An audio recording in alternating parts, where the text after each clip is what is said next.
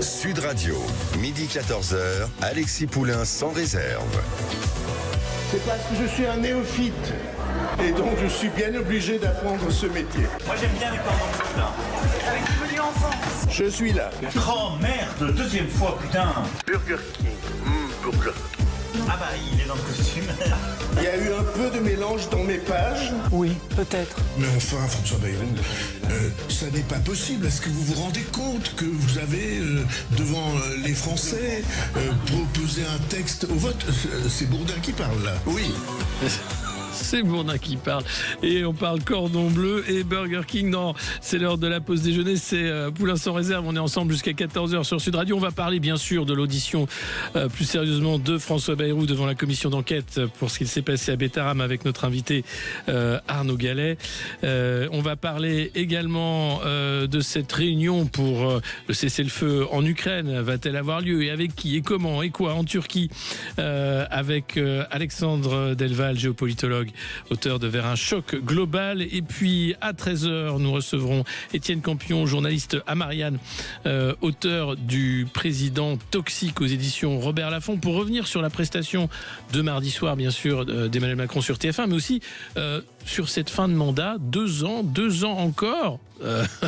C'est dans le déni et comment on va revenir sur les points forts de déjà cette année passée en compagnie d'Emmanuel Macron avec notre invité et bien sûr avec vous. On est ensemble jusqu'à 13h sur ce radio 0826 300 300 si vous souhaitez appeler le standard, réagir ou commenter ou poser des questions à nos invités. À tout de suite. Alexis Poulain sans réserve, l'invité. Et notre invité, Alexandre Delval, géopolitologue, auteur de Vers un choc global aux éditions de l'Artilleur. Bonjour. Bonjour. Merci d'être avec nous. Alors, je voulais aborder avec vous ces pourparlers qui sont en train d'avoir lieu en Turquie entre Russes et Ukrainiens.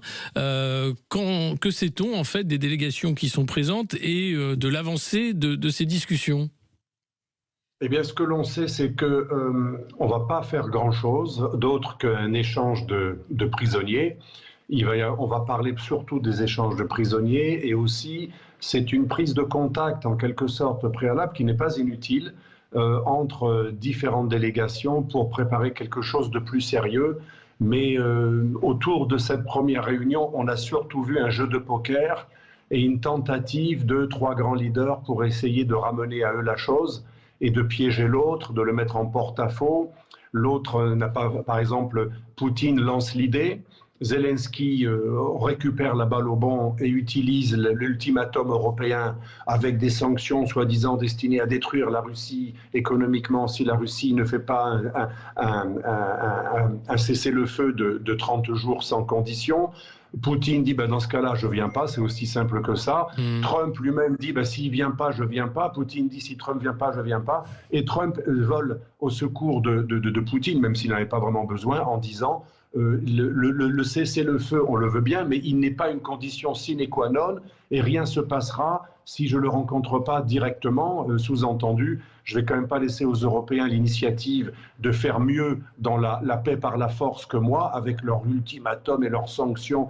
On a bien vu leurs sanctions pour saisir les bateaux fantômes dès que le Sukhoi ou le SU, dès que l'avion de combat russe est apparu dans le ciel, les gentils Baltes ont laissé le bateau finalement russe gagner sa destination. Et on a vu en direct que vous allez voir ce que j'allais voir européen n'a aucun effet, absolument aucun effet. Donc Trump a beaucoup rigolé et il n'a pas jugé utile de se déplacer depuis le Moyen-Orient pour récupérer cette histoire qui lui échappait et qui ne l'intéresse pas et qui n'aboutira à rien d'autre que des petites choses style échange de prisonniers, mais c'est mieux que rien, ce n'est pas. Oui, c'est déjà ça. Et est-ce que c'est pas un premier jalon justement pour préparer une rencontre Trump-Poutine qui est demandée à la fois par Trump et aussi par le Kremlin qui dit que c'est une rencontre nécessaire? Absolument, c'est pour ça que tous ceux qui disent c'est lamentable, c'est nul, ça sert à rien, parce que Poutine n'a pas joué le jeu, il n'est pas venu, Trump non plus. Bon, tout ça, ce sont des discours. La réalité, c'est que c'est énorme quand deux belligérants déjà se rencontrent dans une capitale, même s'il y a eu des premiers pourparlers sans les Russes et après des pourparlers avec les Russes, qui commencent là en ce moment. C'est déjà pas mal, puisque c'est un retour à la situation de mars-avril 2022, lorsque des contacts directs étaient là.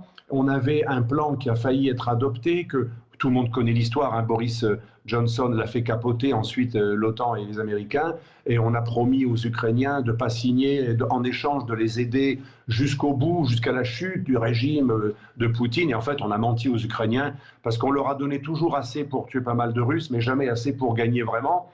Et ce n'est qu'un retour à la case départ, mais c'est mieux que rien, c'est mieux que la Troisième Guerre mondiale que l'on a frôlé avec Biden. C'est un petit retour à un petit peu de réalisme géopolitique. Oui, mais ce réalisme, est-ce qu'il est partagé par l'Union européenne et les leaders tels que ceux qu'on a vus aller à Kiev, Emmanuel Macron, Merz pour l'Allemagne, Starmer pour la Grande-Bretagne, oui, et Tusk pour la Pologne? Est-ce que eux sont dans un certain réalisme ou est-ce que ce sont les dignes héritiers de Boris Johnson? Je pense que ce sont les héritiers de Boris Johnson. Et ce n'est pratiquement que de la communication. C'est ce que j'appelle le syndrome du tailleur de Madame von der Leyen quand elle se fait faire des tailleurs à la couleur de l'Ukraine. C'est bien d'aider les Ukrainiens, c'est tout à fait humain et noble, c'est eux qui sont agressés, ils ont été envahis sur leur territoire, etc. Mais ce n'est que de la communication, puisque c'est très simple la guerre, c'est très simple. Il faut suffisamment de munitions, il faut le moral, et il faut assez de troupes. Or, les Ukrainiens n'ont plus de troupes, les Russes fabriquent plus de munitions à eux tout seuls que tous les Occidentaux, Américains compris, et donc tout ce que l'on promet aux Ukrainiens, ce n'est que du blabla tant qu'on n'envoie pas 300 000 hommes. Or, on peut envoyer combien d'hommes? Moi, j'ai fait une interview d'un grand spécialiste de ces questions, Olivier Krohn, pour le diplomate, et c'était impressionnant. Lui-même, très grand spécialiste, ancien des forces spéciales, il expliquait dans cette... Et il est plutôt un grand soutien de l'Ukraine. Hein. Attention, je précise, c'est pas le narratif de Moscou. Il disait au grand maximum, on peut envoyer 40 000 hommes. Et en plus, c'est de la gesticulation, parce que Macron, Starmer et l'union des volontaires ou des Churchilliens, qu'est-ce qu'ils proposent? Des troupes loin du front. Ah ben, ça fait très peur aux Russes. Hein. C'est sûr que pour faire peur aux Russes, pour les faire plier, on n'arrive même pas à raisonner un bateau chargé de pétrole dès qu'un avion russe se pointe, et on n'est pas capable d'envoyer plus de 40 000 hommes, 50 000, vraiment au grand maximum, mais loin du front, à l'ouest. Donc, si vous voulez, ça, il y a une vidéo qui montre Poutine en train de rigoler, mais je pense que c'est à peine exagéré. Mais les sanctions, ouais, mais il y a quand même, on a entendu Jean-Noël Barrot, ministre des Affaires étrangères français, vouloir prendre la Russie à la gorge, hein, ce qui rappelle un peu l'époque où Bruno Le Maire voulait mettre l'économie russe à genoux. De nouvelles sanctions européennes, ça veut dire quoi? On a l'impression que des sanctions, il y en a tous les 3-4 mois, tous les trimestres quasiment, et ça ne change pas la donne du tout. Donc, que peut faire l'Union européenne aujourd'hui pour faire plier la Russie et l'amener à la table des négociations? Alors, c'est très simple. Si l'Europe voulait vraiment faire plier la Russie, il faudrait qu'elle ne soit pas toute seule. Je fais un article justement en ce moment universitaire sur les sanctions. Il faudrait que l'Amérique soit totalement solidaire. Et il faudrait, donc ce seraient des sanctions euro-américaines. Pour l'instant, c'est surtout des nouvelles sanctions européennes. Et il faudrait qu'une grande partie des pays des BRICS, comme la Turquie, commencent à plier, parce que par exemple, les sanctions secondaires ont dissuadé un certain nombre de sociétés et de banques turques qui aidaient les Russes au début à cesser de le faire. Ça a marché sur certaines entreprises chinoises privées qui étaient exposées au dollar ou aux systèmes internationaux, mais ça ne marche absolument pas sur une banque chinoise ou indienne qui n'est pas exposée au dollar. Vous savez que les sanctions extraterritoriales, elles sont liées à des systèmes de paiement et au syndrome de l'US person, pour que ça soit efficace d'un point de vue de l'opérabilité. Mais dès lors que vous n'êtes pas exposé, que vos assets et vos licences ne soient pas supprimables parce que vous n'êtes pas lié à l'économie occidentale, les sanctions n'ont aucun effet. Et je répète, à raisonner un bateau de pétrole, il faut pouvoir avoir une armée qui oblige le bateau à faire demi-tour si l'armée russe se pointe. Et donc ça veut dire qu'en gros, pour appliquer des sanctions totales sur le pétrole et le gaz, il faudrait accepter une augmentation, une multiplication drastique du prix des hydrocarbures qui monterait automatiquement. Et il faudrait employer des moyens militaires qu'on n'est pas prêt d'employer pour obliger un bateau russe à être arraisonné. Ben, il faut résister au fait que lui-même envoie des frégates ou des avions. Avec le risque de déclencher un conflit ouvert avec la Russie, hein, c'est bien ça. Et surtout, on oublie de dire, nos auditeurs doivent le savoir, que le gaz russe n'a jamais été interdit. Il n'a jamais été dans les sanctions. C'est le transbordement qui a été interdit, c'est-à-dire j'achète du gaz, je le revends, mais on en a besoin. On n'est pas capable de se passer du gaz russe. On a presque plus de gaz russe par oléoduc, enfin par gazoduc, depuis que ça a été coupé par les Allemands et ensuite par Zelensky et ensuite et aussi par les Russes. Ça a été coupé de manière unilatérale à chaque fois dans une logique de représailles. Mais l'importation de gaz en lui-même n'a jamais été interdite. La preuve, le gaz russe GNL par bateau a été multiplié par je ne sais plus combien, mais surtout il est devenu le premier. Les Russes ont doublé les Norvégiens et le gaz de schiste américain. En 2024, le gaz russe par bateau est redevenu le premier gaz importé en Europe. Et donc pour se priver de ça, ce serait une catastrophe économique pour l'industrie européenne, encore pire que maintenant. On voit que visiblement les Américains ont réussi à avoir un deal sur les terres rares en Ukraine, donc une sorte de retour sur investissement, ce qui a intéressé Trump pour se désengager du conflit ou du moins avancer les négociations. Est-ce que c'est une manière de protéger l'Ukraine, de dire qu'il y a des intérêts américains dorénavant sur le territoire? Première partie de la question. Et deuxième partie de la question, que vont avoir les Européens en retour de leur aide à l'Ukraine? Alors c'est très simple. Moi, je m'avais frappé en novembre, juste après que Trump soit élu, j'avais rencontré un intellectuel analyste de la CIA qui passait de Biden à Trump. Il était déjà en pourparlers pour passer dans l'autre administration. Et il me disait, c'est très simple, on laissera totalement tomber les Ukrainiens s'ils ne nous donnent pas les noms de tous ceux qui ont détourné l'argent et les noms des sociétés offshore à Chypre ou ailleurs, et s'ils ne nous donnent pas la pole position pour nos entreprises, pour la reconstruction de l'Ukraine. Et je lui dis, mais qui va payer? Il me dit, puisque vous, les Européens, vous vous êtes mis dans la merde avec cette histoire, bien, ce sera une grande partie des entreprises devront être américaines, mais ce sera les Européens qui payeront le gros de l'effort de reconstruction. Voilà, on est dans l'Europe est toujours le dindon de la farce, c'est l'Europe qui va payer pour finalement appliquer le plan Trump. Parce que l'Europe, elle fait quoi aujourd'hui? Elle gesticule. C'est le syndrome, vous savez, du costume au drapeau ukrainien de ce que j'appelle le syndrome von der Leyen. On montre, ou le syndrome Starmer ou Boris Johnson, on montre les muscles, mais en fait, on ne fait rien d'autre que le plan Trump. Les troupes qu'on veut envoyer, elles vont servir à faire exactement ce qu'avait voulu Trump. Ce sont des Européens qui prendront le risque d'interposition. Nous, on va rafler la mise économique et énergétique, mais c'est les Européens qui exposeront leurs troupes à une possible représaille russe s'il y a des interférences. Et donc, les risques et le coût, ce sera les Européens. Le bénéfice, ce sera les Américains. Ça paraît gros, mais c'est exactement le plan Trump. Et les Européens qui font mine de résister sont en train d'appliquer le plan Trump tout en disant le contraire. Mais pourquoi? Pour ça que ce sont des gesticulations. Mais pourquoi? Enfin, quel est l'intérêt pour les leaders européens d'appliquer le plan Trump? Et d'ailleurs, pourquoi il n'y a pas de débat démocratique dans les pays européens à propos de cette aide à l'Ukraine et justement du retour sur investissement? Parlons-en comme ça, puisque c'est comme ça qu'en parle Trump. Pour une raison très simple, les Européens auront besoin de 5 à 10 ans, peut-être même 15, pour vraiment avoir une autonomie stratégique. Ouais. Parce que quand on veut sa propre armée, sa propre défense, il faut aussi ses propres matériels. On a des très bonnes industries de défense, mais nous sommes en quelque sorte shootés aux armes américaines au titre de l'interopérabilité au sein des troupes de l'OTAN. On a beaucoup de besoins de matériel américain pour l'interopérabilité. On a beaucoup de pays de l'Union européenne qui sont beaucoup plus américains qu'européens. En gros, à part quelques latins, les Allemands et les Français, on n'a pas d'Européens dans l'Union européenne. Les pays de l'Est, à part la Hongrie, sont bien plus américains qu'européens. La Pologne, alors là, elle l'a démontré depuis toujours avec les armes qu'elle achète. Les pays du Nord nord de l'Europe sont tous de véritables protectorats américains. Même le Danemark a acheté des armes américaines après avoir été... Absolument, avec l'affaire du Groenland. Merci Alexandre Delval, on va devoir s'arrêter là. Il y avait encore beaucoup de choses à dire, mais on y reviendra puisque ce dossier ukrainien, évidemment, est en haut des priorités pour les leaders occidentaux.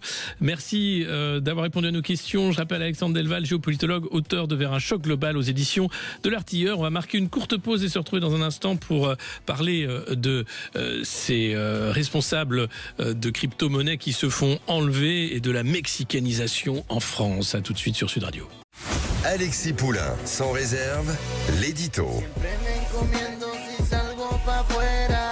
Et on écoute ça avec le pick-up ouvert. On parle de la mexicanisation de la France. Alors, les cartels, bien sûr, les narcos aussi. Mais maintenant, on a les enlèvements en plein jour pour les responsables de sites de crypto-monnaies. Plus de 5 affaires terribles d'une violence sans nom qui concernent des enlèvements liés aux crypto-monnaies. Un phénomène préoccupant qui fait que ce matin, Bruno Retailleau a convoqué plusieurs acteurs de ce domaine, Place Beauvau, dans l'anonymat le plus complet, puisque le problème, en fait, c'est que ce sont souvent les membres des familles de ceux qui ont fait fortune dans les crypto-monnaies qui sont victimes d'enlèvements ou de tortures. Le dernier cas, c'était le 13 mai, en plein jour, en plein Paris. La fille et le petit-fils du PDG de Paymium, une plateforme française d'échange de crypto-monnaies, dans le 11e arrondissement, des hommes cagoulés qui sortent d'une camionnette siglée Chronopost et qui essayent de les enlever. Le 1er mai, c'était le père d'un responsable de crypto-monnaie basé à Malte qui était enlevé. Il a été retrouvé dans un pavillon à Palaiseau. Il y a eu cet enlèvement aussi de David Ballan, cofondateur de Ledger, enlevé avec sa compagne à Méreau dans le Cher. Et lui a perdu un doigt dans l'affaire puisque il a été torturé pour extorquer de l'argent à ses responsables de sites de crypto-monnaie et d'autres incidents. En fait, la liste est longue. À chaque fois, le profil des assaillants elles-mêmes sont des jeunes, parfois mineurs, qui essayent de faire beaucoup d'argent avec ces cryptos. Et ceux qui sont la cible de ces enlèvements, eh bien, ne sont pas protégés. Il y a la question, bien sûr, de leur adresse qui est parfois révélée sur les sites du greffe lorsque vous créez une société, mais aussi la question qui est posée par les acteurs de la crypto en disant vous nous demandez, lorsque nous avons des clients, de relever les adresses, de faire des bases de données. Eh bien, si ces bases de données sont hackées, il va y avoir des listes de victimes potentielles qui vont tourner. Alors, heureusement, on peut dire que le ministre de l'Intérieur s'intéresse au sujet parce que ça montre quand même un certain état d'esprit de voir à la fois l'âge de ceux qui organisent ces enlèvements, la mentalité aussi de se dire que on ne peut pas non plus dire à ces gens-là d'être discrets, beaucoup plus discrets, et de se payer bien sûr des sécurités privées ou vivre dans des ghettos de riches, partir à Dubaï ou ailleurs. La question qui se pose, c'est est-ce que la filière crypto va fermer en France parce qu'il y a une telle insécurité que les responsables préféreront vivre ailleurs, ou bien est-ce qu'on peut remettre ce pays dans le droit chemin, ou est-ce que les narcos vont prendre le pouvoir comme ça a été le cas dans certaines régions en Amérique du Sud.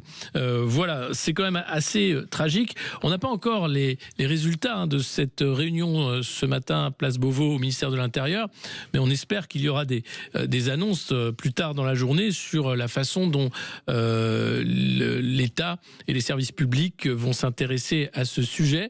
Et on peut dire que dorénavant, eh bien, il va falloir être très discret. Si vous faites fortune, faites profil bas, parce que sinon, eh bien, voilà où nous en sommes aujourd'hui en France.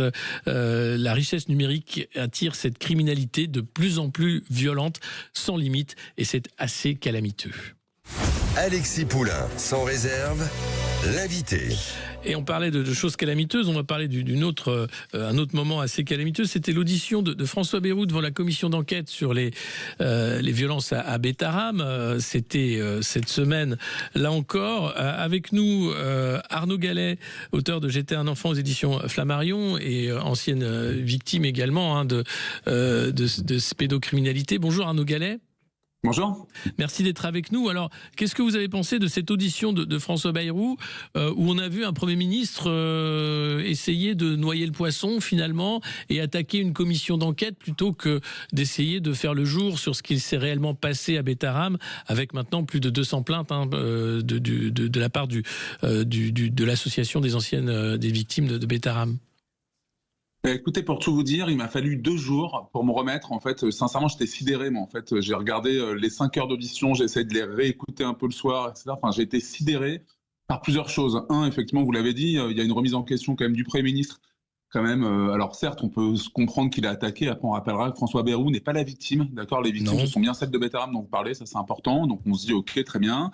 Donc il y a une remise en question quand même de la probité de la fameuse commission. Moi, je trouve ça assez dingue quand même qu'en France on puisse remettre en question l'objectivité d'une commission qui est bien là effectivement pour faire des propositions et qui s'inscrit dans le cadre d'un schéma démocratique. Moi, j'ai trouvé ça fou. Et puis, permettez-moi de le dire, même si j'entends que François Bayrou puisse se sentir attaqué, il y a des choses d'une gravité absolues qui ont été faites. Un, il y a une remise en question d'une lanceuse d'alerte, mais qui a été faite, mais de manière, je vais le dire comme ça, sale, d'accord, sale, dans le sens où publiquement, on a un Premier ministre qui vient écraser, je dis bien écraser une lanceuse d'alerte, et ça, c'est inacceptable, c'est un message qui est renvoyé, moi, qui me met hors de moi, vous voyez, il m'a fallu plus de 2 jours, tellement que j'ai trouvé violent la manière dont il l'a insulté publiquement, enfin, je veux dire, il y a des manières de dire les choses, mais pas comme ça, je veux dire, surtout quand on est Premier ministre. Il y a aussi, quand même, il a été interrogé sur la gifle. Quand on voit les propos que le Premier ministre tient, on aurait pu imaginer que sur la gifle... Un acte éducatif, hein, c'est ce qu'il explique. Il dit même que c'est un acte, il dit que c'est une gifle, comment dire, pas une gifle, une claque, d'un père de famille, d'un bon père de famille. Mais et là, on se dit qu'il y a la loi 2019 qui interdit la fessée. Il y a des associations dont je fais partie, comme Stop VO, qui ont lutté effectivement, donc Stop aux violences éducatives ordinaires, qui ont lutté pour que ce soit inscrit dans la loi depuis 2019. Et on a un Premier ministre qui, encore là, publiquement, tranquillement, nous dit que finalement, mettez des baffes à vos enfants, c'est éducatif. Oui, enfin, il assume à moitié parce qu'il accuse les médias d'avoir augmenté le son de la gifle aussi, de dire que c'était une tape. Enfin, il est très gêné alors qu'il a fait carrière sur cette baffe quand même pendant quelques années. Exactement. Or là, comment c'est possible d'aller dans une post-vérité pareille, de dire que les médias ont augmenté le son de la gifle alors que c'était un reportage aux 20h de France 3, il me semble, où on avait vu cette scène où François Bayrou giflait un gamin qui lui faisait les poches. Hein, il faut préciser, mais c'est pas une raison pour frapper un enfant. Non, puis on peut se dire que l'effet gentiment date de 2002. Lui, avec un peu de recul, on aurait pu penser qu'il vienne dire à un moment donné, écoutez, j'aurais pas dû le faire. Effectivement, on ne sait pas comment réagir. Il faut accompagner. J'en sais rien. On dit plein de choses quand on est Premier ministre, mais on ne dit pas que ça relève d'un acte éducatif et même d'une baffe, enfin d'une claque d'un bon père de famille. Enfin, je veux dire. Un enfant meurt tous les 5 jours sous les coups de ses parents. On est Premier ministre de la France, jamais de la vie, en fait, on doit tenir tel propos. C'est grave, en fait, de dire des choses comme ça. Et sincèrement, moi, c'est quelque chose qui... J'ai mis, sincèrement, je ne mens pas, 2 jours à m'en remettre. Il n'y a que ce matin, vous voyez, là, vous l'entendez, je respire pour dire des choses comme ça, tellement que j'ai trouvé ça, mais abominable, au regard du fait qu'il y ait, vous l'avez dit, 200 plaintes, mais plus. Aujourd'hui, vous avez quand même... Il y a une scission quand même au niveau des collectifs, Alexis, si vous me permettez de le rappeler. Oui, aujourd'hui, vous avez plusieurs collectifs autour de la table. Vous avez 6 collectifs qui sont partis parce que justement, ils dénoncent peut-être le fait que certains sont peut-être trop proches de François Bayrou, etc. Donc il y a des choses qui ne sont pas simples entre victimes, il faut le dire, mais de toute façon, diviser pour mieux régner, on connaît la stratégie, il n'y a pas de problème. Et aujourd'hui, nous, on est en lien avec 6 collectifs qui représentent quand même 1500 victimes. 1500 victimes, ça veut dire qu'en réalité, et c'est important de le dire, on n'était pas à la hauteur des enjeux, on est face à un crime contre l'humanité, d'accord ? Qu'on arrête un peu toutes ces histoires-là. Donc quand on a un Premier ministre qui se satisfait de se dire uniquement on va mettre en place, on s'intéresse à la mise en place d'un Conseil national de survivantes et de survivants. Bon, très bien, ok, c'est intéressant, c'est effectivement les engagements pris à Bogota le 7 novembre 2024 par une centaine de pays. Bon, ça mange pas de pain. Par contre, en fait, derrière, il faut peut-être aller plus loin. Alors après, il nous dit, on va mettre en place des boîtes aux lettres. Moi, je trouve ça très bien, les boîtes aux lettres, les papillons. Je trouve que c'est une belle association, j'ai rien à dire. Je connais très bien Laurent Boyer, qui était avec moi d'ailleurs à la Civis, il n'y a aucun sujet. Par contre, c'est un peu léger, si vous voulez, quand on parle d'un crime contre l'humanité. Je rappelle que les violences sexuelles dans l'enseignement privé, ça a été chiffré par la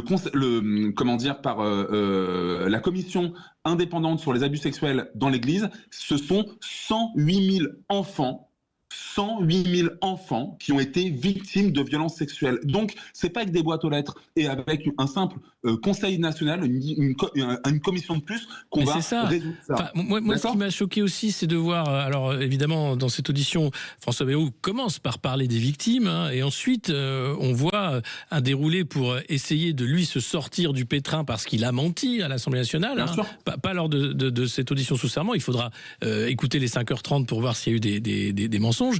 Mais en l'occurrence, les victimes sont systématiquement oubliées. Il parle de créer un nouveau haut comité alors que la Ciivise existe, hein, ce comité interministériel pour faire l'état des lieux, hein, sur les violences sexuelles faites aux enfants, a été empêché dans son travail d'une certaine façon. Pourquoi on a l'impression qu'on tourne en rond volontairement, un pas en arrière, un pas en avant, 3 pas en arrière plutôt que le reste? Pourquoi sur ce sujet-là, la France n'arrive pas à faire les choses de manière politique et claire?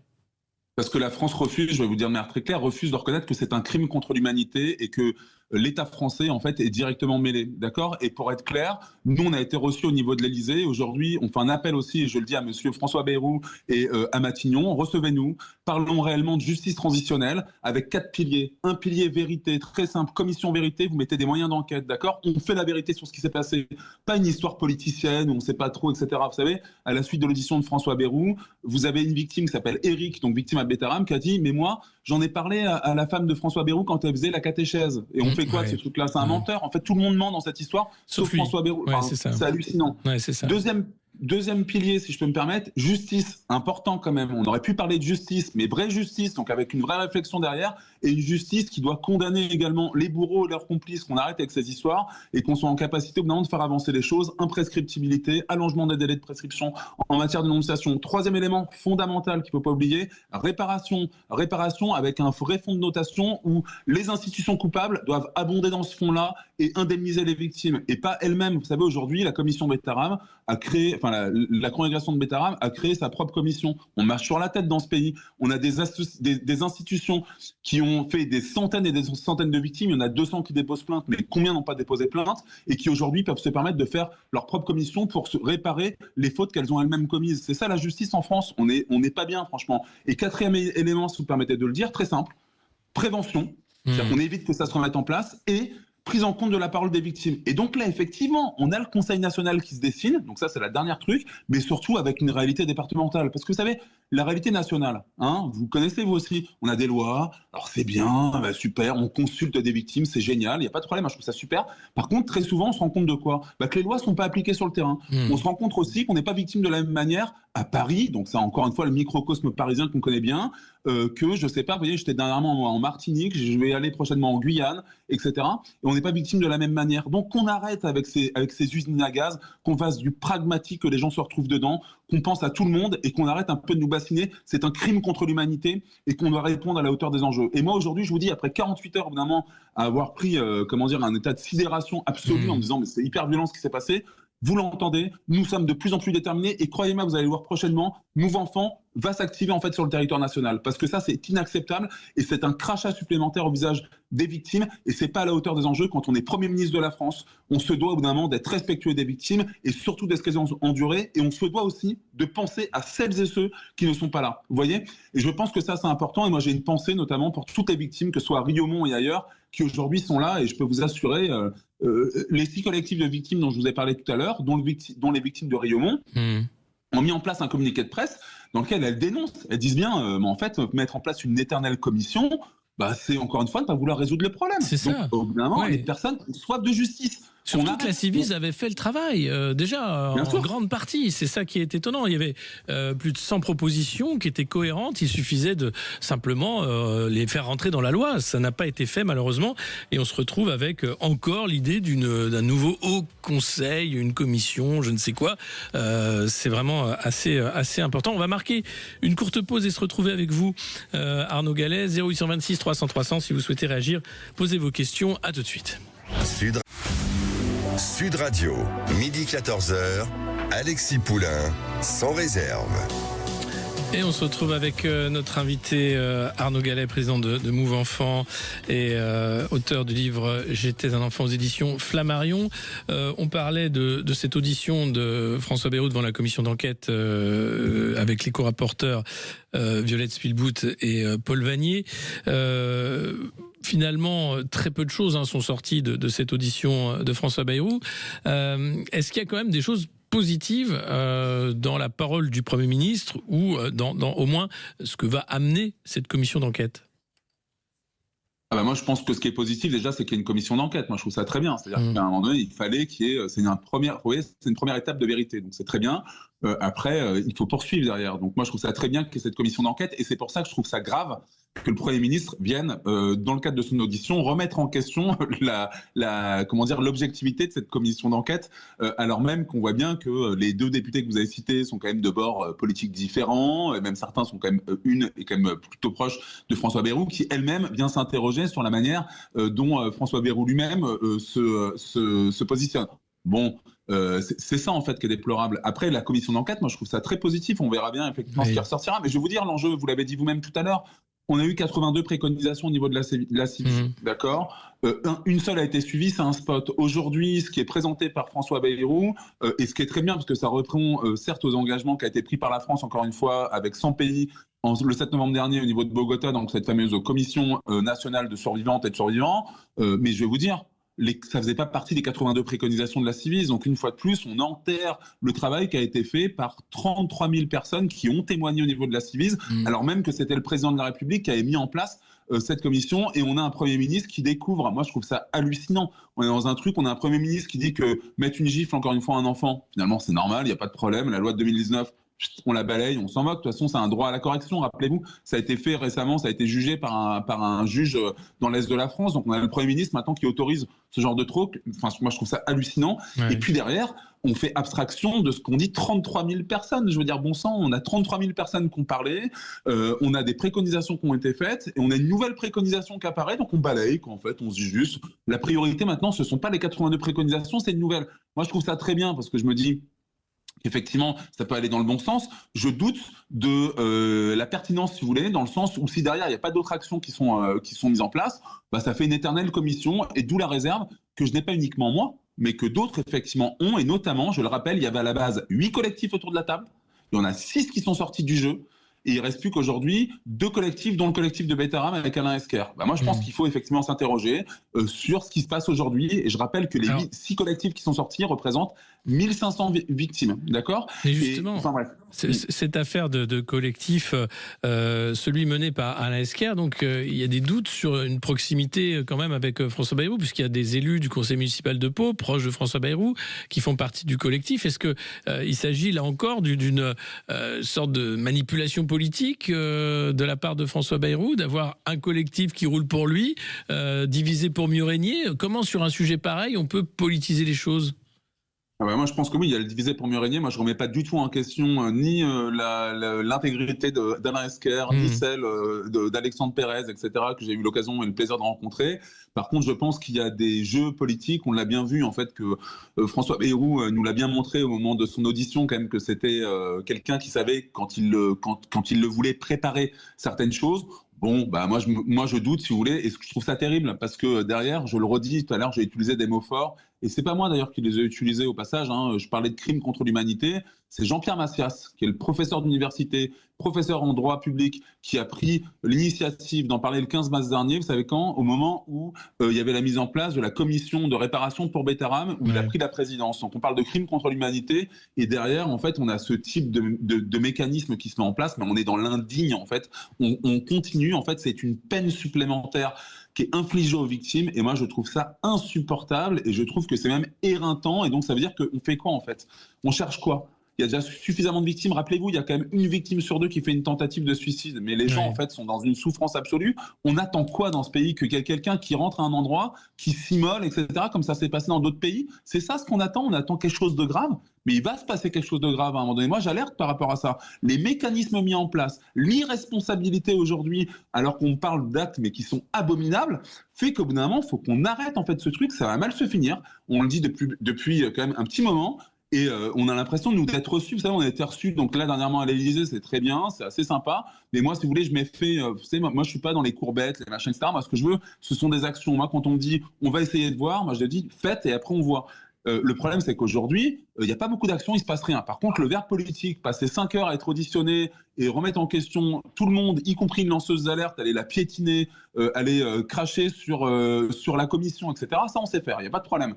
Par contre, agir pour lutter contre les violences faites aux enfants et soutenir les victimes, on sait moins faire. Par contre, on sait prendre sous son aile certaines victimes pour dire, voilà, il y a des boîtes aux lettres, il y a une commission, etc. Moi, je dis qu'à un moment donné, il faut être sérieux. On parle d'un crime contre l'humanité, on parle de gens qui ne sont même plus là. Je dis, dignité pour les victimes, soyez aussi dignes que les victimes que les victimes sont. Et je pense qu'aujourd'hui, en fait, c'est indigne, en fait, cette manière de se comporter avec les gens. Et moi, sincèrement, je vous dis, je ne suis pas en colère.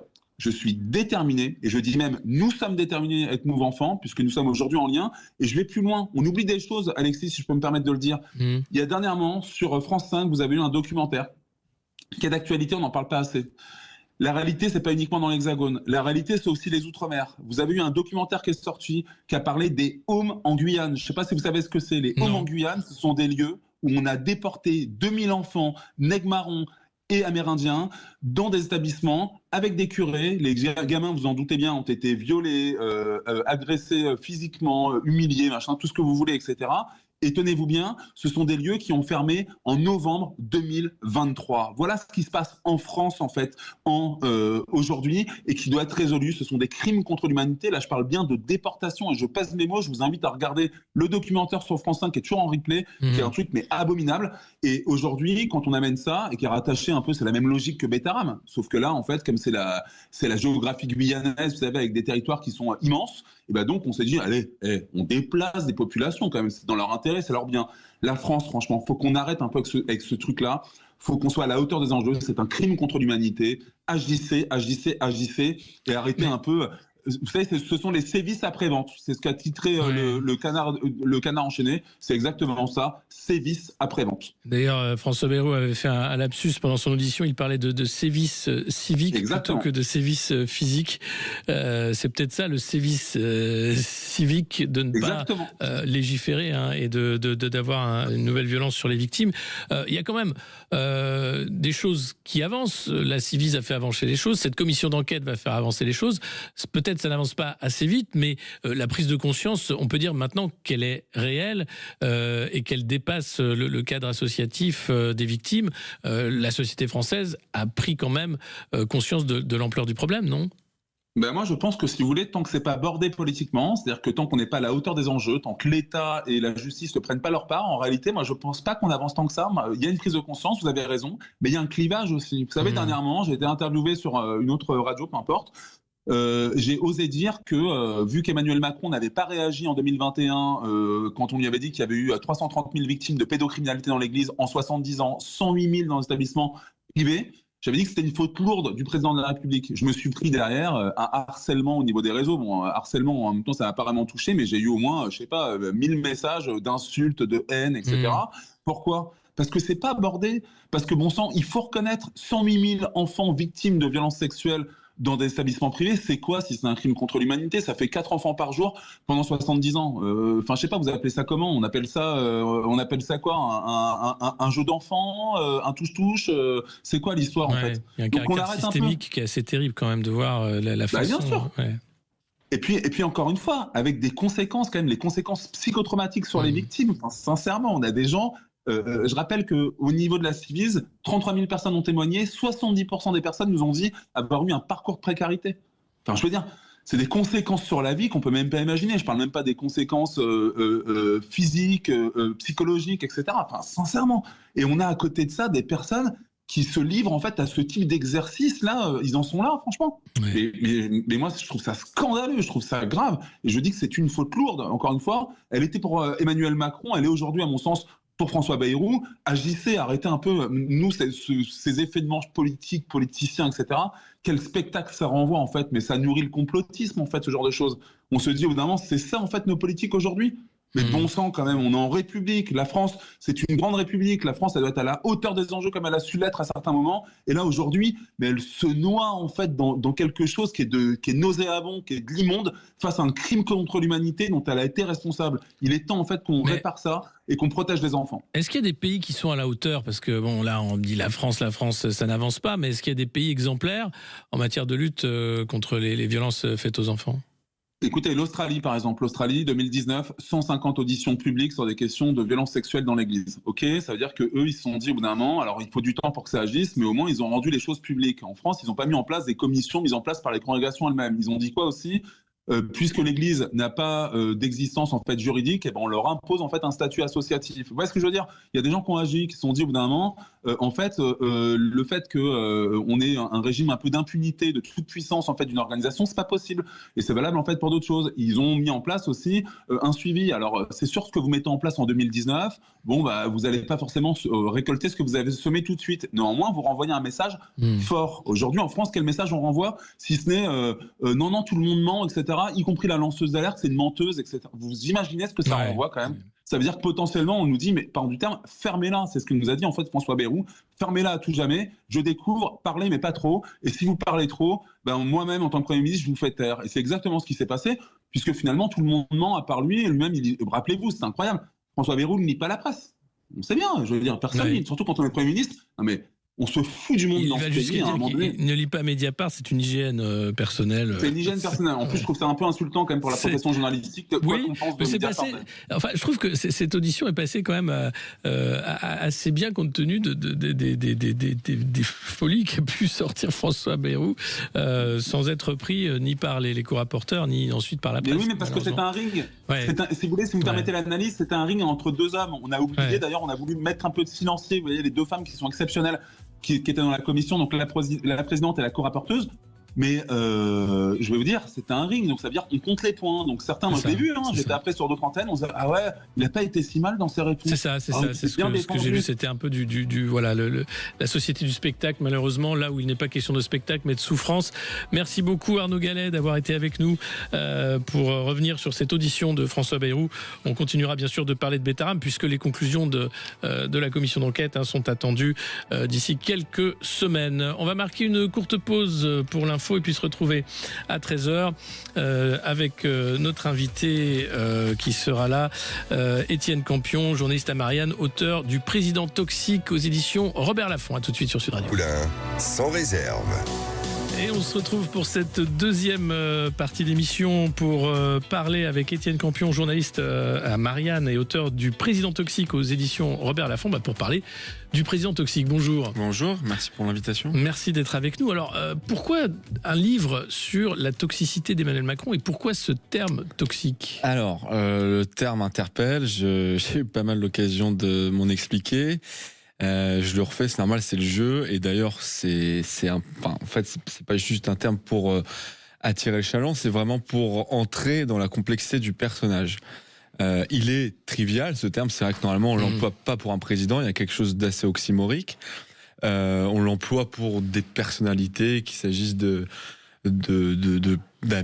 de concubins, de collègues.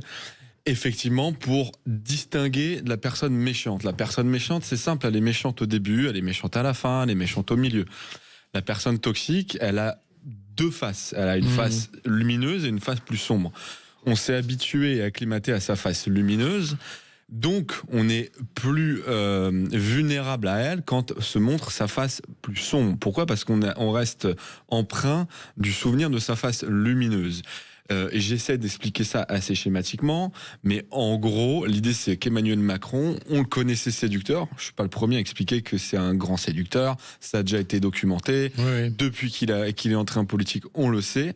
Mais ce que ce livre-là apporte, et c'est là qu'il veut être un mode d'emploi pour tous les moments où Macron désormais arrive dans l'actualité et où on ne le comprend pas, j'essaie de creuser aussi profond qu'on est englué pour comprendre que, en plus de cette phase séductrice, depuis le départ, couvre quelque chose en lui de beaucoup plus sombre, beaucoup plus cassant, tyrannique, et toutes ces petites relations de séduction qu'il a eues se sont transformées avec le temps Alors, à différents degrés, il y en a qui en ont moins souffert que d'autres, mais en des relations qui ont fini une espèce de chaos sans raison, et il y a la grande relation toxique, celle qu'il a avec le pays.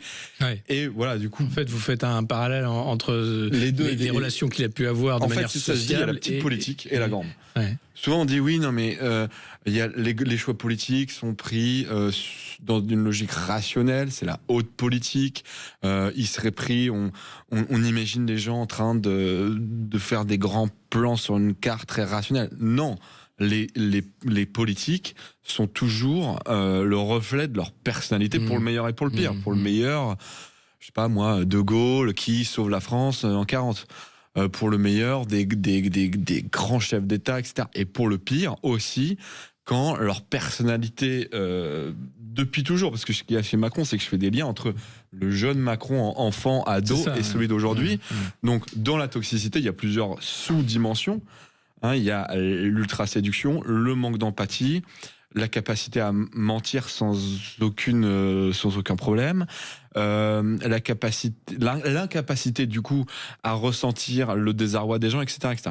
Donc ça l'a rendu très très très très bon pour monter très vite, séduire un peu tout le monde, mais en fait indifférer la souffrance des gens. C'est-à-dire moi, vous, peu importe, quand on a un rapport aux gens à peu près normal, on a du mal à faire du mal aux gens. C'est quelque chose qui, c'est comme ça, c'est en nous, on sent une culpabilité. Lui, depuis le départ, il est traversé par une absence de culpabilité, que ce soit dans son rapport à sa famille, à ses amis. À ses amis, il n'en a pas vraiment eu d'ailleurs. Donc en fait, à chaque fois, je rentre dans... Et c'est ça qui est étonnant, c'est-à-dire que le trait personnalité principale, et ça a été discuté ici et ailleurs et de nombreuses fois, c'est le narcissisme déjà, et le fait que Macron est quand même très seul, y compris dans sa famille. Ça commence par Manu et Manette, la grand-mère Manette, qui a remplacé sa mère d'une certaine façon, très tôt fâché avec sa famille, avec cette affaire avec Brigitte. Enfin, on sent quelqu'un de coupé du reste du monde et qui vit pour lui, en fait. Oui, dès le départ, en fait, bon, alors, il y a cette grand-mère, Manette, qui comprend très vite son talent, qui comprend très vite qu'il a quelque chose en plus, qui l'élève en fait et l'éduque à ses propres talents, son propre talent, notamment celui de la parole. Oui, très jeune, le jeune Emmanuel, d'ailleurs c'est ce qui va l'amener en atelier de théâtre, est bon à l'oral, et il sait que c'est une forme de, comment dire, de force motrice libidinale qui fait que voilà, on prend tout de suite confiance en soi, d'ailleurs, quand on est bon. Il n'y a pas de fumée sans feu de ce côté-là.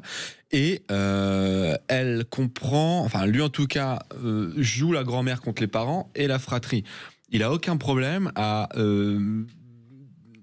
attrister ses parents, parce que ses parents le vivent assez mal, en fait, qu'il aille en permanence chez sa grand-mère. Sa grand-mère qui vient le récupérer, c'est une ancienne instite, très Troisième République, qui lui fait lire des auteurs, etc. Et qui vient le récupérer après l'école. Ses parents se disent, c'est bizarre. Bon, c'est pas un drame, après tout. Mais le jeune Macron, lui, prend un certain plaisir à voir qu'autour de lui, on se bat un peu pour lui. Très vite arrive le cas Brigitte. D'abord, la grand-mère est très jalouse. Donc, vous voyez, tout de suite, bon. Elle comprend qu'elle va pouvoir aider Emmanuel et Brigitte contre les parents, en les hébergeant, en leur apportant un soutien. Brigitte comprend qu'elle va devoir parier sur cette grand-mère. Donc, en allant là, quand le jeune Macron est parti d'Amiens pour Paris, Brigitte, elle reste là à Amiens. D'ailleurs, elle subit les colibets, les rumeurs, etc. Et elle passe du temps avec la grand-mère pour la rassurer, pour avoir son aval, etc. Et donc oui, pour revenir à ce qu'on disait, il y a chez lui une espèce de capacité à l'indépendance affective. En fait, moi, j'appelle ça comme ça. Il a des personnes, donc la grand-mère va mourir en 2013, après ça va être Brigitte, mais il a des personnes sur qui il compte pour pouvoir indifférer de compter sur le reste du monde. C'est-à-dire que Brigitte est devenue beaucoup, il l'aime de façon disproportionnée. Tous les gens qui l'ont vu, ils disent qu'il y a quelque chose d'étonnant, il se regarde en permanence, il se trouve dans la pièce, etc. Tous les gens que j'ai interrogés me disent, oui, mais il joue un peu pour elle, à la fin il va la voir, il lui dit comment tu m'as trouvé, etc. L'écrivain Emmanuel Carrère a une formule que je trouvais assez intéressante, il dit qu'il y a une sorte de pacte à deux, voilà. Donc ouais, effectivement, quand on rentre dans le personnage, tout de suite on voit des choses qui, alors dans sa jeunesse, c'est plutôt quelqu'un de lumineux. C'est-à-dire que mes 11 premiers chapitres, on a affaire à un jeune homme qui a des trucs assez étonnants, qui quand il rencontre des camarades de classe, passe très vite à autre chose. Enfin, il est très ambitieux. Il est très ambitieux. Il cherche le réseau parisien qu'il n'a pas parce que provincial. Ouais. Et donc, toute sa jeunesse, c'est séduire Saint-Germain, parce qu'il se rêve auteur. Babylone, ce roman qu'il trimballe sous son bras. C'est un peu ça, son but, en fait. Les lettres d'abord, pas la politique. Oui, attention quand même, parce que jusqu'à son échec à l'ENS, le jeune Macron ne pense pas à la politique. C'est ça. En fait, c'est ce qu'on appelle aussi un écrivain raté. Je suis désolé, la formule est un peu dure, mais il a fait plus qu'un roman. Il en a fait d'autres qui sont moins connus. Mais ce roman... Mais aucun publié, c'est ça? Non, aucun publié. Je suis tombé sur des gens qui l'avaient en main.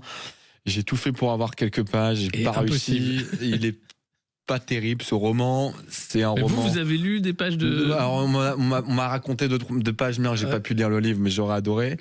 Et en fait, c'est un roman picaresque, c'est un roman d'aventure dans le Mexique du XIVe siècle, au temps des conquistadors, avec des récits de nécrophagie, des trucs assez bizarroïdes. Mais bon, le jeune Macron, lycéen et hypocagneux, donc en première année d'études supérieures, aime ça. Et attention, donc, avant l'ambition, mais qui est une ambition un peu de vengeance quand il arrive à l'ENA, une ambition de rachat de ses anciennes ambitions. C'est-à-dire que d'abord, il voulait être un espèce d'écrivain, il avait un look de poète maudit avec des cheveux longs, il était un peu bizarre, il reprenait ses profs de français, il a séduit d'autres profs, je le raconte dans le bouquin. Avant et après Brigitte, il y a 2 profs de français. Alors, quand je parle de séduction, c'est pas une séduction nécessairement sexuelle, c'est une séduction qui aurait pu donner une autre Brigitte. Bon, mais il se trouve qu'il y a eu Brigitte. Des profs qui lui demandent de faire cours devant les élèves. C'est assez impressionnant. En gros, il a déjà une prof en 3e qu'il trouve très bon. Elle lui trouve un premier stage à Paris, c'est son stage chez Bordas. En fait, Bordas, c'est un éditeur de dictionnaire. Bref, grâce à ça, ensuite, il va faire un grand discours pour faire sa présentation de stage en 3e, et c'est là qu'il va taper dans l'œil de Brigitte. Mais après ça, il y a effectivement sa prof en Hippocagne, qui s'appelle Anne Morel, à Henri Hippocagne-Cagne. Qui pareil le trouve très bon. Mais après ça arrive vite, il y a des profs on peut taper dans l'œil d'un prof et réciproquement sans qu'il se passe quelque chose, mais lui, vous voyez, il a dès le départ une capacité à séduire les adultes très vite, très très vite, ça depuis l'enfance. Et là, cette prof là, elle va lui donner quelque chose qui est entre un oral, un exposé et un cours. Les élèves s'en rappellent encore, c'était bizarre, c'était pas désagréable, c'est un truc sur René Char, que sa grand-mère lui a fait parler de ce poète qui s'appelle René Char, donc début du XXe siècle, et c'est bizarre parce que il obtient tout ça. Pour l'instant, c'est pour briller. Vous voyez, ces trucs déjà sont là. Cette espèce de la prise de parole, être vu, parler, être au centre de l'attention et parler. Au centre de l'attention pour parler. C'est d'avancer comme ça. C'est toujours voilà. Bon, là, on étonnant pour les autres. Du making d'Emmanuel Macron, la première partie de sa vie. On va marquer une courte pause et puis on va revenir sur ce livre. Et puis surtout revenir aussi sur l'actualité, la prestation télévisuelle de mardi dernier, puisque c'est ça qui nous intéresse aussi avec vous, Étienne Campion, auteur de Président Toxique aux éditions Robert Laffont. À tout de suite. On réserve l'invité. Et notre invité, Étienne Campion, journaliste à Marianne, auteur du Président Toxique, pour parler d'Emmanuel Macron, sa vie, son œuvre, mais surtout et aussi dernier entretien en date le 20h de TF1, enfin soirée spéciale, pour faire son bilan quasiment et dire que tout est super. Le problème, c'est le pessimisme des Français. Oui, je sais pas ce que vous en avez pensé, mais chacun a eu son impression. Moi, le sentiment que j'ai eu, c'est une espèce de malaise entre le contraste entre la situation du pays et son espèce de légèreté, déjà légèreté dans le format, parce que il réinvente ce qu'il a déjà fait, une rencontre avec les Français. Là, on a, en fait, si vous voulez, des Français qui représentent, j'ai l'impression, ça a été pensé comme ça, différentes catégories de l'opinion. Et à la fin, lui est là comme le président réconciliateur, au-dessus de tout ça. Donc déjà, cette façon de se mettre en scène, mais aussi la gravité, en fait, des temps. Et on ne se sent pas du tout traversé par une espèce de mea culpa. Des mea culpa, il en a quasiment jamais fait. Jamais. Ouais. Il a eu un tout petit mea culpa sur la dissolution là, le 31 décembre. Bon, mais ça va pas extrêmement loin. Il n'y a pas un moment où on a, un vrai mot. D'ailleurs, il pourrait être gagné à faire ça. Non, ce sont toujours des formules. En fait, vous pouvez les noter d'ailleurs. Vous pouvez pas. Moi, je m'amusais à les noter. C'est-à-dire que on coche des croix. Bingo, ouais. Il y a. On n'a pas été assez loin, il faut continuer. C'est-à-dire toujours cette espèce de double mouvement entre ce dont on vient et vers là où on va, avec cette idée que tout est toujours à refaire. Et j'avais l'impression qu'on parlait à quelqu'un comme en 2017. C'est-à-dire on attendait les petites phrases, les petits mots, les petites intentions qu'il allait lâcher, parce qu'effectivement, dans la Ve République, la parole d'un président compte énormément. Si un président dit... j'aimerais bien que les fleurs là-bas soient bleues, qu'on ait plus de sous-marins nucléaires ou qu'on baisse les impôts, ça compte énormément puisqu'il a tous les pouvoirs. Là, il n'y a pas tous les pouvoirs, justement. Il a certes, il lui reste un grand pouvoir parce que c'est la Ve République et celui des relations internationales. Ouais. Bon, à la limite, on peut faire une émission là-dessus. Mais on se retrouve avec ce truc, on va le questionner sur des toutes petites choses. Il est réussi, comme toujours, à donner l'impression qu'il peut parler... J'ai dit, moi, à un moment, il se met à parler de la pêche en eau profonde, mais des choses très précises. Et il donne l'impression de parler au moins aussi bien que ses interlocuteurs qui sont des experts du sujet sur des sujets. Mais en fait, on arrive à un moment donné, on se dit, mais attends, mais s'il connaît tout, qu'il peut encore tout faire, pourquoi est-ce qu'on en est là ? Et il y a un côté vertigineux dans dans cet exercice, avec des moments comme ça où à la fin, il se met à signer une espèce, on lui dit... mettez une promesse là, il doit écrire. Ouais. Ah oui, donc s'engage à faire des choses complètement vagues. Et l'éternel recommencement l'éternel recommencement des formats. Moi, je dis que on perd notre temps à regarder ces choses-là sans dézoomer sur qui il est, ce qu'il a fait et où on en est en fait dans l'histoire du macronisme. Et je trouve que Macron a été très Macron en fait mardi, au sens où il y a cette capacité à utiliser la parole comme hypnose et auto-hypnose en fait pour se rassurer et tenter de rassurer les gens. Et de fait, à des moments, on se dit mais c'est vrai qu'il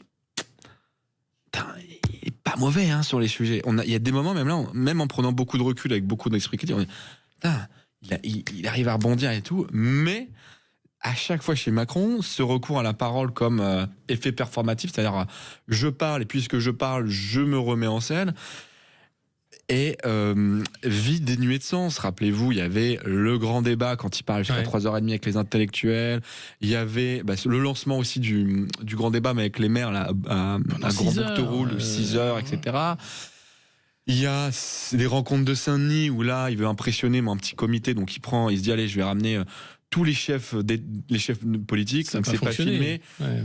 Et puis là, il y en a qui sont intimidés devant lui, on racontait des trucs, il y en a qui étaient pas bien, ils tremblaient devant Macron parce qu'il a quelque chose, il arrive à par la parole, même si quand on recule, on se dit non mais tout ça, vu l'état du pays, ça ne peut être que des mots, du vent, etc. C'est que des mots, mais on a l'impression que c'est un candidat permanent en fait. Un candidat, c'est ça. On sait pas. Il est là pour faire sa promotion personnelle, sans faire son bilan. On ne sait pas trop à qui on a affaire. Est-ce que c'est un président en fin de règne ? Est-ce que c'est un futur candidat ? Est-ce que c'est un ex-candidat ? Mais alors il y a un sondage du Figaro qui dit que 84% des Français ne veulent pas le voir se représenter en 2032. Si c'était non, mais vous avez vu à la fin, il a laissé entendre qu'il n'était pas sûr. Oui, mais 84%, donc, c'est sans appel. De fait, je pense qu'il a aucune chance, on va pas se mentir. Mais chez lui, tout est toujours possible. Il y a quelque chose après avoir, comme je vous dis, je pas le parler un peu simple, mais parfois, après avoir menti et rementi à des personnes, il a tenté de les rallumer. C'est ce que je raconte dans le bouquin, c'est la stratégie du mort-vivant. C'est-à-dire, il a tout fait à quelqu'un et il croit que la 11e fois, en revenant comme ça, comme si de rien n'était, il allait pouvoir le faire. J'évoque plein de cas. Il y a, Jean-Pierre Jouyet, il y a Damien Abad, il y en a pas mal d'autres qui ont vraiment souffert avec Macron. Et puis, comme ça, du jour au lendemain, Gérard Collomb, Chevènement, à qui il fait vivre un supplice et à qui il offre une légion d'honneur. Enfin, il y a ce truc comme ça qui montre à quel point il est désynchronisé, clivé, comme dissocié de l'univers des affects des gens normaux. Individuellement, les gens qu'il a rencontrés et les Français. Et ce truc-là, on le voit à plusieurs moments, il le dit déjà, il commence par dire dans Révolution qu'il est désynchronisé par sa grand-mère qui était elle aussi désynchronisée de l'époque, etc. Mais même après la dissolution, il a dit cette phrase que j'ai trouvée géniale, il a dit « Si j'étais sentimental, je me serais suicidé ». Et il traverse les moments sans être... Quand il dit sentimental, c'est normaux. C'est-à-dire, nous, effectivement, si on arrive dans le costume de Macron avec le lot d'aversion et même parfois de haine qui suscite, on aurait beaucoup de mal à vivre ça. Mais lui, il y a quelque chose de la légèreté au-dessus de la mêlée. On n'a pas l'impression qu'il s'endort mal, vous voyez. De toute façon, il dort peu. Mais parce que tout ce qui compte, c'est d'être au centre de l'attention, finalement. Donc, peu importe les critiques. Tant qu'il est au centre de l'attention, il vit les choses assez bien. Mais il y a, à propos de cette façon de ne pas avoir d'affect, il y a cette anecdote tragique à propos de la mort de Gérard Collomb. Il doit tout à Gérard Collomb, quasiment. Il le dit, d'ailleurs. Et donc, Caroline Collomb, la veuve de Gérard Collomb, ne voulait pas que Macron rende un hommage. Il le fait quand même. Il lui tord la main, fait son discours avec emphase, comme d'habitude. Et voilà ce qu'elle dit dans votre livre. L'histoire de la relation entre mon mari et le président est une tragédie. Il est encore trop tôt pour que j'en parle. Et elle ajoute, mon mari en est tombé malade. C'est exactement ce que je vous dis sur le lien profond entre les petites relations humaines et le président, le grand, celui qui prend la grande politique, quoi. Oui, tout est lié, c'est-à-dire que il y a la gestion des hommes fait la politique. Et chez Macron, là par exemple, je peux vous parler de l'anecdote de Gérard Collomb. Effectivement, sa femme garde une grande rancœur contre Macron parce qu'elle est convaincue que le cancer de l'estomac qu'a eu Gérard Collomb est lié à cette relation. Alors, je suis pas médecin, difficile à dire. Voilà, mais c'est vrai que Gérard Collomb son histoire a commencé en larmes de joie, elle a fini en larmes de pleurs. C'est lui, en fait, Collomb, effectivement, qui est le premier grand ralliement. Il y a un événement qui s'appelle le Sommet des réformistes à Lyon en septembre 2016. Il est là, aussi parce qu'il avait des comptes à régler avec le vieux PS d'Hollande. Bon, il n'avait pas été ministre. Et là aussi, je vous dis, c'est un idéal type, cette relation avec Collomb, parce qu'il y a tout dedans. C'est-à-dire qu'il y avait tout pour que ça se passe bien. Collomb, en gros, le fait élire, ils arrivent à l'Élysée, comme je vous dis, plein de joie. Mais là, évidemment, Macron, déconnecté de ce que attendent les gens, ne lui demande pas, en fait, le poste qu'il veut. En fait, en réalité, il voulait quelque chose à l'urbanisme. Macron le met à l'intérieur alors qu'il n'avait pas envie parce que il veut avoir quelqu'un qui contrôle. Je vous la fais courte, mais en gros, Collomb est choqué par l'attentat de la gare Saint-Charles où il voit deux jeunes lyonnaises, il voit les corps, c'est horrible, il y a un djihadiste qui les a tués. Macron ne comprend pas ce qui est en train de se passer chez Collomb, à savoir qu'il est en train de devenir un homme du régalien qui veut lutter contre l'insécurité, un peu contre l'immigration, etc. Il laisse aller dans son sens, il y a des bisbilles internes, Collomb finit par démissionner, vous vous rendez compte, il avait tout pour bien avancer. On est à peine en 2019 qu'il a déjà démissionné. Et ensuite, c'est quoi la raison de sa démission? Parce qu'on se rappelle de son discours, la France, la fameuse phrase, face à face, c'était des phrases fortes avant de partir. C'est ça. La raison réelle, c'est la perte d'arbitrage, en fait, sur plein de sujets qui lui étaient chers, ces sujets-là. Il s'en expliquait d'ailleurs dans une interview au Point plus tard. Il a dit que pour lui, il était aussi notamment question de l'accueil d'un navire en Méditerranée. Voilà, il y a plein de choses comme ça, mais la vraie rupture. Souvent, les macronistes disent non mais oui j'ai fait 1 an, 2 ans, mais j'avais besoin de me reconnecter avec ma famille. Vous savez, la politique. Non. Quand on a le pouvoir, certes, c'est bien d'avoir des enfants. La vérité, c'est qu'il y a une rupture profonde et que c'est pas parce qu'on avait envie de prendre du temps, c'est parce que on ne comprend plus le président et il ne nous comprend plus. En tout cas, lui ne fait pas l'effort de nous comprendre. C'est vrai. Et donc, cette histoire a fini en querelle à la mairie de Lyon. Collomb désinvesti des élections pour la métropole et vous dit à la fin un cancer, terrible, une guerre en plus entre les deux couples, Collomb et Macron, avec leurs compagnes qui rentrent dedans. qui rentrent dans la danse. Donc, non, donc c'est c'était assez des terrible. histoires comme ça, il y en a plein. On va parler justement de ces histoires, le body count en fait, du macronisme. Combien de morts laissés sur la route, morts réels ou symboliques, parce qu'ils sont nombreux. On va marquer cette pause et puis se retrouver avec vous, Étienne Campion, dans un instant. Alexis Poulain, sans réserve, l'invité. Étienne Campion, notre invité, journaliste à Marianne, auteur du Président Toxique. On parlait de la prestation d'Emmanuel Macron mardi soir, de son début de carrière, la prise de pouvoir. Et puis il y a Macron au pouvoir depuis 2017 maintenant. Et on voit que les déçus du macronisme, ou les victimes du macronisme, sont nombreux, extrêmement nombreux. On a l'impression qu'il y a eu plusieurs phases avec des chouchous. Et puis, comme une cour, les débuts du macronisme, c'est Sibeth Ndiaye, Benjamin Griveaux, et puis ceux-là tombent très vite, sont exfiltrés, puis il y a la suite. Ouais. Comment ça se passe en fait, ce renouvellement, trouver toujours des gens pour se faire maltraiter dans des ministères ou ailleurs? Oui, j'identifie plusieurs phases. En fait, je fais un chapitre où j'essaie d'expliquer comme ça cette gestion des ressources humaines depuis le pouvoir. Il y a plusieurs phases. Il y a ceux qui ont tenu en gros, gilets jaunes, ceux qui ont tenu jusqu'au Covid, et ceux qui ont tenu jusqu'à peu près 2022, quoi. Ouais. Mais personne aujourd'hui, même Alexis Kohler, vous avez vu, est parti. Ouais. N'a vraiment. Alors il en reste un ou deux. Il y a son aide de camp, sa secrétaire particulier, et sa photographe privée, Soisic de la Moissonnière. Ouais. Ce sont des cas intéressants d'ailleurs. Je me penche dessus. Ouais. Aussi. Oui, non. Ce qui se passe, c'est une espèce de gestion des ressources humaines chaotique, mais en fait, chaotique, c'est pas le bon mot, parce que chaotique, ça voudrait dire que c'est pas contrôlé. Moi, ce que je dis, c'est que c'est méthodique. À partir du pouvoir, il y a une espèce d'inversion de la vapeur qui change qui change la nature de la relation d'Emmanuel Macron aux gens. C'est-à-dire, le grand séducteur devient de plus en plus cassant, hautain, il se met à redresser pour redresser, à relancer des personnes en leur faisant miroiter des choses.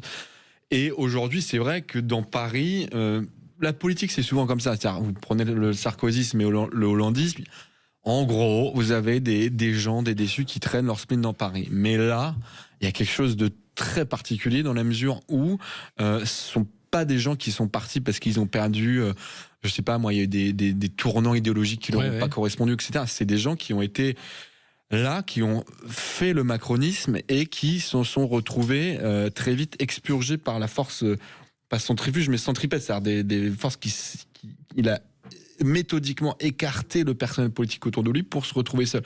Il y avait les Mormons au début, donc c'était Ismaël Emelien, etc.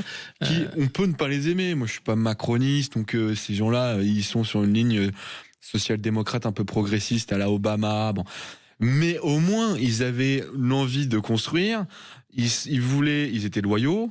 Ils le sont toujours d'ailleurs. C'était la société civile. Ils étaient jeunes. Oui, voilà. Ils disaient ok, on va. Le macronisme, ça existe, c'est quelque chose. Il y a une promesse, on va l'amener. Sauf que arrivés au pouvoir, ils se sont retrouvés dans une espèce de gestion des ressources humaines où, en fait, le mot que j'utilise, c'est protectionniste. Macron, il est protectionniste avec personne. C'est-à-dire que normalement, les présidents, les chefs d'État, mais même les dictateurs, peu importe, les rois, ont des clans.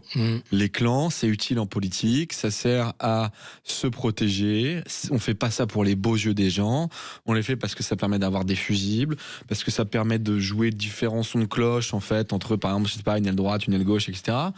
Lui a méthodiquement désintégré son clan. C'est-à-dire que il s'est retrouvé, il s'est affaibli paradoxalement en ne protégeant personne, en mettant les uns contre les autres aussi, avec ce truc un peu darwinien en fait. L'écosystème macroniste, la cour dont vous parlez, il y en a une. Hein. Bien sûr. D'ailleurs, Benalla, c'est un cas symptomatique là-dessus, parce que Benalla, quand il a été interrogé, il dit en fait, moi j'ai juste compris les règles du jeu. Lui, était beaucoup plus cynique que les autres. J'ai compris les règles du jeu. Il faut certes avoir les faveurs du président, mais il n'y a pas vraiment de loi loi et de règles, et donc il a compris que s'il avait les faveurs du président, en fait personne n'allait avoir le courage de dire à Benalla, tu fais pas ça mon gars. Donc c'est exactement ça qui s'est passé. C'est juste un mec qui était pas géré, qui a vu les failles, qui allait faire de fait, il allait les refaire la plomberie et les ampoules au Touquet. C'était un homme de main, mais comme des présidents en ont. Et Macron l'a surprotégé parce qu'en fait, il a compris que si on parle bien à Macron, on va avoir droit à ses faveurs. Parce qu'il y a des gens, attention, c'est ce que je dis aussi, Macron n'a pas bazardé tout le monde de façon univoque. Il y a des gens qui l'a surprotégé, mais surprotégé de façon un peu irrationnelle. C'est-à-dire, quand il voit les gens, c'est ce qu'on m'a dit aussi, c'est quand il voit les gens qui se dépouillent en public pour lui, les tripes à l'air, là, il prend du plaisir, parce qu'il y a quand même plaisir de voir la personne souffrir pour lui. Il y en a pas mal des gens comme ça. Il y a eu, par exemple, Abad, tout le monde en interne, tout le monde voulait qu'il démissionne dès qu'il y a les trucs de Mediapart qui sortent pour dire des accusations de viol. Benalla, évidemment. Il y en a d'autres comme ça, mais en tout cas, ce qui ressort, c'est que cette gestion, je vous dis, assez chaotique. En fait, raconte une méthode présidentielle qui consiste à la fin à n'avoir plus que lui en jeu et parfois à tenter un peu le diable chez des gens pour être bien sûr qu'ils s'éloignent du pouvoir. Moi, ce que j'ai l'impression d'avoir vu parfois, quand il rallume des proches et des fidèles, parlons de Julien de Normandie. Julien de Normandie, c'est un gars qui était avec Macron à Bercy au début. Quand Macron quitte le secrétaire général de l'Élysée en 2014 parce que Hollande n'en veut plus. Hollande, à vrai dire, au début avait senti quelque chose de bon. Mais il éloigne d'abord Macron. Ils ont un projet avec de Normandie de start-up, etc. C'est quelqu'un depuis le départ. Et pourtant, qu'est-ce que fait Macron en janvier 2024 quand il est question de nommer Gabriel Attal Premier ministre et de renouveler après Elisabeth Borne? Il dit à son ancien ami Jean de Normandie, fais-moi une note de gouvernance, un ministère, etc. Le gars, c'est quand même hyper fort, vous imaginez, ça arrive même pas une fois dans une vie, ça arrive sur 1 million de personnes, pouvoir un jour avoir le pouvoir. Et à la fin, il dit, non mais en fait, Julien, j'avoue, j'ai oublié de te dire, c'est Gabriel qui va être Premier ministre, je suis désolé, bon. Et vous voyez, même Ferrand intervient, il dit, c'est pas normal ce que tu fais, Emmanuel. Et donc, ce qu'on ressent chez ce président, c'est comme un plaisir à voir l'humain, l'autre, traversé par la faiblesse du pouvoir et comme un constat un peu cynique à aimer voir les gens voir leur vie basculer dans le bon ou dans le mauvais. C'est vraiment des moments qui sont vraiment démiurge, le sadisme aussi d'aller chercher. Le sadisme, oui, il y a des moments, c'est clairement sadique. C'est clairement ça, et d'aller chercher aussi des gens qui l'ont critiqué quand il fait le casting d'Édouard Philippe. C'est quelqu'un qui avait été très critique de Macron pendant la campagne en 2016-2017. Darmanin aussi, Bruno Le Maire aussi. Darmanin et Le Maire aussi, et de les faire venir et de dire maintenant tu vas bosser pour moi. Ça, c'est une sorte d'humiliation première qui va sceller en fait la façon dont les gens travaillent avec lui. Moi, ce que je dis, c'est que ça racontait déjà quelque chose. C'est-à-dire qu'il y a plein de gens dans la place de Paris avec qui il aurait pu prendre des ténors, des lieutenants. Qui il prend ceux qui l'ont bien attaqué dans les vieux partis en place. Je rappelle quand même que Darmanin, par exemple, apparaît lui comme un populisme pour bobo. Philippe disait il promet tout avec le cynisme d'un vieux routier. Le maire, pareil. Et pourtant, déjà, il les prend dans ces camps-là. À quoi ça sert ? Ça sert à envoyer un message au camp en disant « Regardez, même les gens chez vous sont avec moi ». Ça sert aussi, et ça c'est ce que j'appelle la stratégie du mort-vivant, à prendre des gens qui sont déjà morts. Dans leur camp à eux. En fait, c'est simple. Ouais. Quand quelqu'un a trahi, il peut pas retrahir, vu qu'il a déjà trahi, donc il peut pas retourner dans son camp. Donc il est avec vous et il est bien docile. Et ce que des proches m'ont dit, c'est que pour Darmanin et Le Maire, ça a été dur pour les Français de les voir, mais croyez-moi, ça a été aussi très dur pour eux. Ils se retrouvaient avec un président... Pourtant, ils ont tenu longtemps. Darmanin est toujours là. Oui, mais c'était un chemin de croix. Bruno Le Maire, il s'est fait humilier en petit comité à plein de reprises. Je raconte plein de scènes où il est question de réunions de grandes orientations économiques. Il n'a même pas la parole. Il n'a même pas, et vous, monsieur le ministre du président. Enfin, des petites choses comme ça, il y en a plein. Darmanin, lui, il est malin parce qu'il a réussi, il comprend des trucs, il comprend la personnalité du président. Il va jouer un peu le marquis de cour qui a compris comment lui parler, qui comprend son humour, et puis il est beaucoup plus cynique. Donc en fait, Il a réussi un politique professionnel. Parce que, oui, mais Darmanin, il l'a bien compris. D'ailleurs, il est de retour, Darmanin, vous avez vu. Donc, c'est qu'il a très bien. Il avait juste le temps long aussi en tête. De chez le personnel politique qui a gravité autour de Macron, il y a une aptitude au cynisme déjà qui est évidente.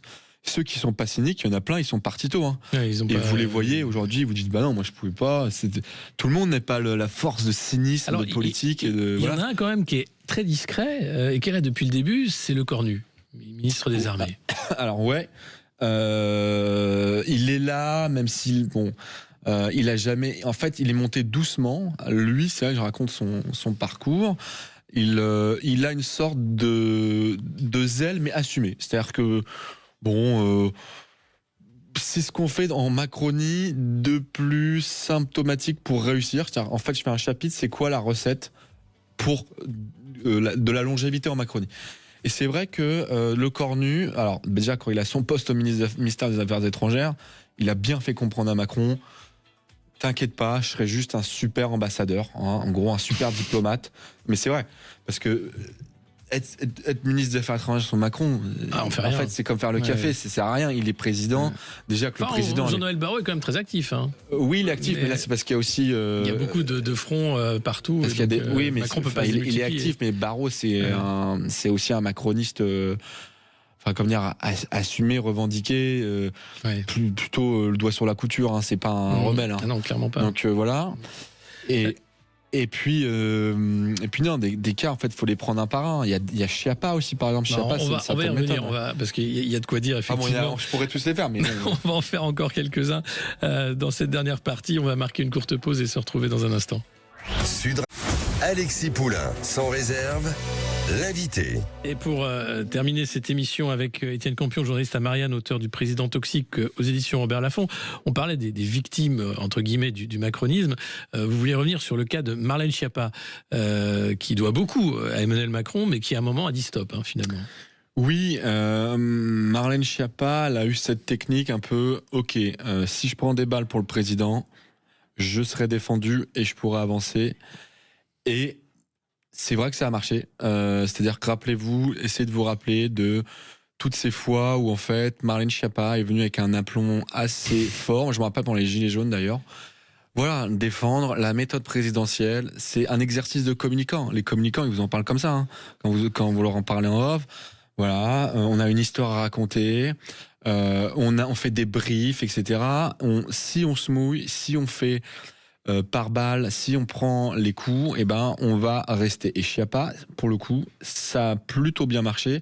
Mais imaginez que même elle a fini par partir. Bon, il y a eu l'affaire du fonds Marianne aussi.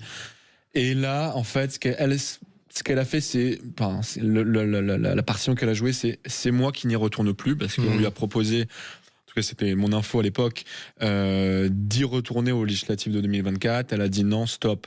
Donc en fait, il y a différentes nuances dans les ex-macronistes. Il y a les repentis complets. C'est-à-dire, moi je les classe souvent, je mets ma petite échelle de 0 à 10. Il y a un repenti complet, celui-là il est rare. Alors en tout cas, ils parlent pas en on. Je peux pas dire leur nom ou son nom. Et ils parlent, ils vont dire complètement, et c'est génial parce que on n'y va pas par quatre chemins, on perd pas son temps, il dit tout. Il n'a pas de problème d'ego à expliquer qu'il y a cru, et voilà.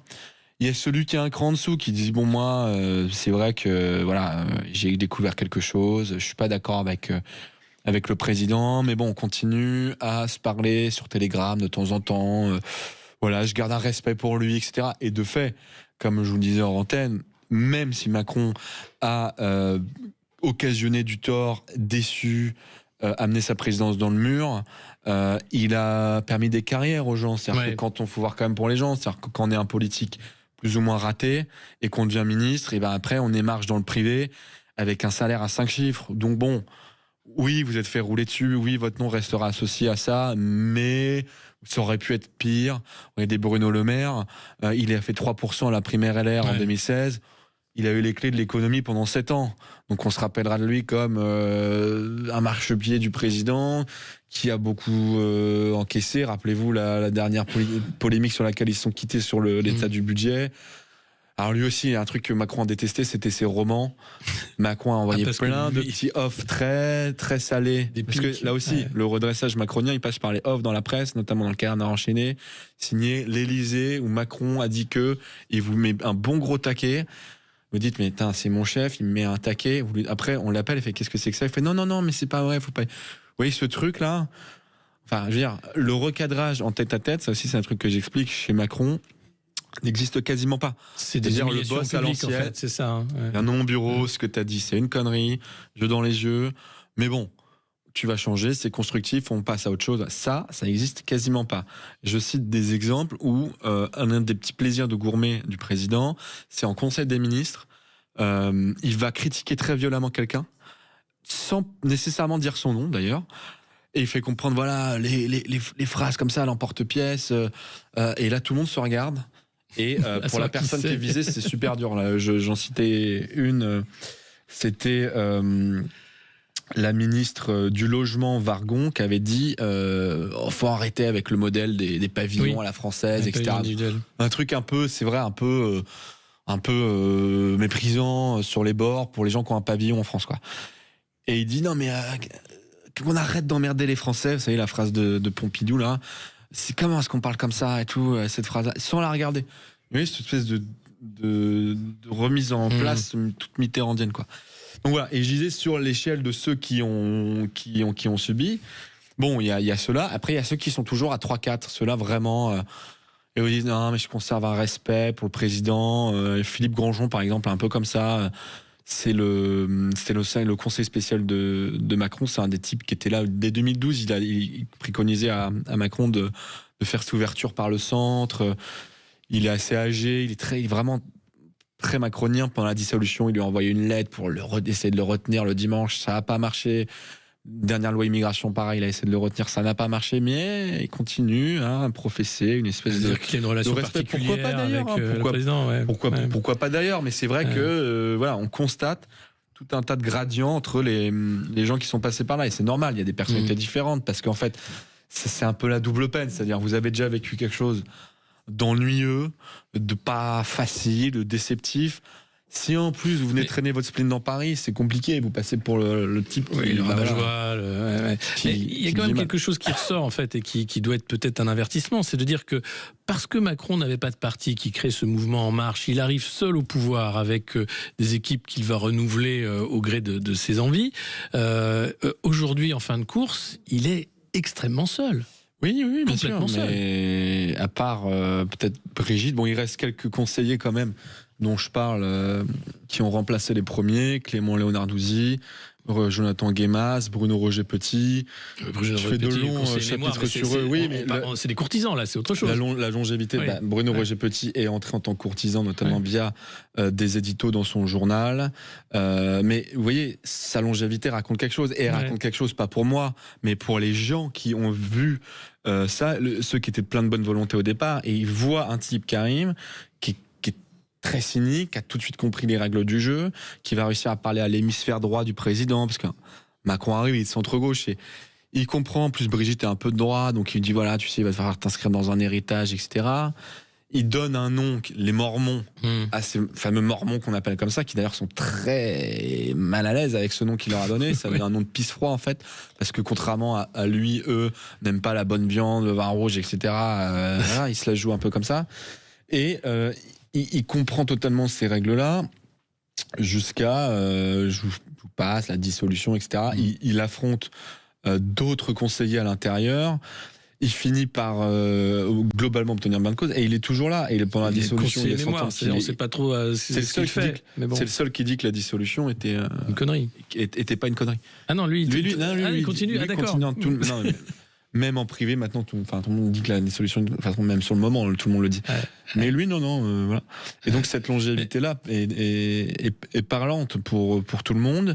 Et effectivement, cette solitude, de toute façon, comme je dis, j'essaie de le dire, elle est organisée. C'est-à-dire que à la fin, il faut qu'il reste plus que le président dans cette espèce de one-man show, mais qui fait peur en fait. C'est ça qui est marquant, c'est qu'il fait peur. Il fait peur à tout le monde, y compris à ses soutiens qui ne comprennent plus où il veut en venir. Et puis il y a cette phrase de conclusion qui est assez terrible quand même, où vous dites il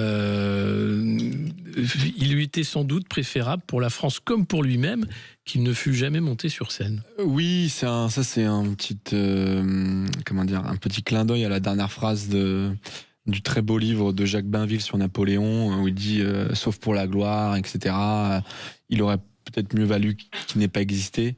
Bon, c'est un jugement peut-être ambitieux, peut-être un peu lyrique, mais de fait, à quoi a servi tout ça ? Quelle sera sa postérité ? Je fais le pari que dans 50 ans, on se rappellera encore de Macron, parce qu'on se rappelle pas des gens nécessairement parce qu'ils sont bons, on se rappelle parce qu'ils ont marqué leur époque et qu'on ne les a pas toujours compris et qu'ils nous ont choqués.